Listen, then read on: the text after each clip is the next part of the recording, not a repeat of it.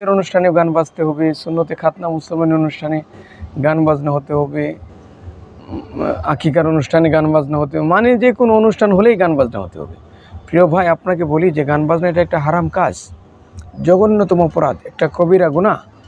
আপনি এই কাজটা আপনি করতে পারেন না। গান বাজনা এটার দ্বারা আপনি নিজে যেমন গুনাহ করতেছেন, অন্যদেরকেও গুনাহ আপনি করাচ্ছেন।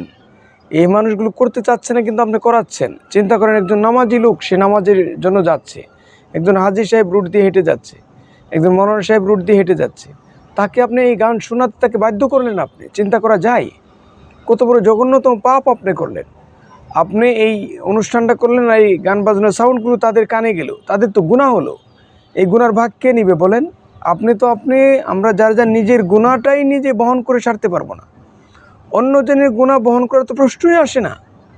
এটা আমি কিভাবে পরকালে নাজাত পাবো চিন্তা করেন।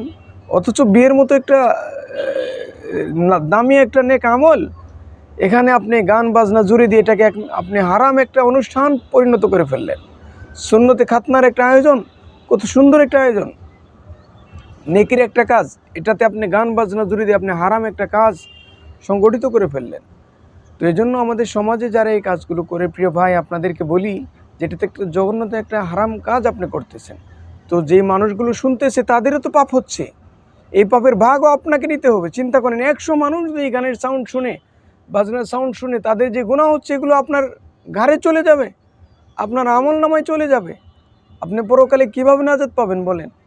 আপনি মানুষকে খাওয়াচ্ছেন, নিশ্চয়ই সওয়াবের কাজ খাওয়ানো, কিন্তু এর মানে তো এই নয় যে আপনি গান বাজনা করে সমাজে অশান্তি, আপনার পাপের রাজ্য তৈরি করে দিলেন, মানুষকে অন্যায় অশ্লীল পথের দিকে ছেড়ে দিলেন। এদের যত গুনাহ হবে সব ভাগগুলো আপনার নিতে হবে।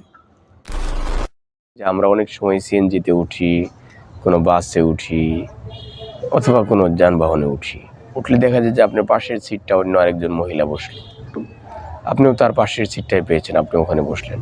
কিন্তু চিন্তা করেন যে আপনাকে কি এখানে বসার পারমিট ইসলাম করে কিনা। সত্যিকার অর্থে ইসলাম কিন্তু আপনাকে এই ব্যাপারে কোনোভাবেই পারমিট করে না। এটা হলো 1 নম্বর কথা। 2 নম্বর কথা হলো যে আপনার অবশ্যই সামনে কোনো স্পেসে আপনাকে একটা পজিশন খুঁজে বসার একটা স্পেস বের করতে হবে। আপনাকে বসার একটা স্পেস আপনাকে বের করতে হবে, নাহলে আপনি দাঁড়িয়ে থাকতে পারবেন, কোনো অসুবিধা নেই।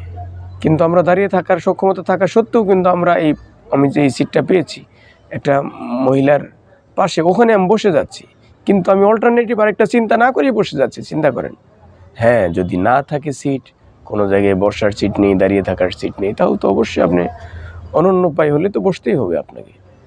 কিন্তু আপনি হরহামেশা আমরা যে কাজগুলো করি, যে সিএনজিতে হুট করে পাইলাম আর উঠে গেলাম, আমি বাসের সিট পাইলাম আর বসে গেলাম, ট্রেনের সিট পেলাম আর বসে গেলাম, এটা কিন্তু ইসলাম আপনাকে অ্যালাউ করে না।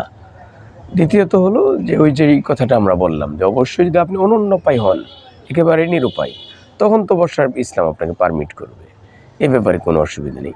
কিন্তু আপনাকে কিন্তু প্রথমে এই পথগুলো আপনি রুদ্ধ কিনা, বন্ধ কিনা, আপনাকে এটা খুঁজতেই হবে।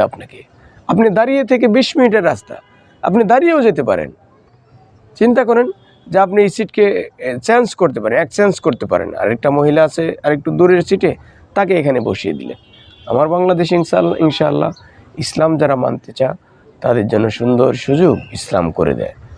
এই জন্য আমরা ইনশাআল্লাহ এই বিষয়টা আমরা অনেকেই জানি, আবার অনেকে জানার পরেও মানি না, আবার অনেকে মনে করি যে না, এটা মনে হয় ঠিক না, এটা বসাতে কোনো অসুবিধা নেই।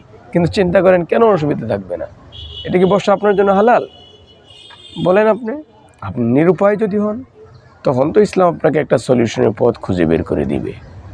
এই জন্য ইনশাআল্লাহ আমরা আশা রাখছি যে আমরা যতটুকু পারি এই পথ থেকে আমরা বিরত থাকার চেষ্টা করব।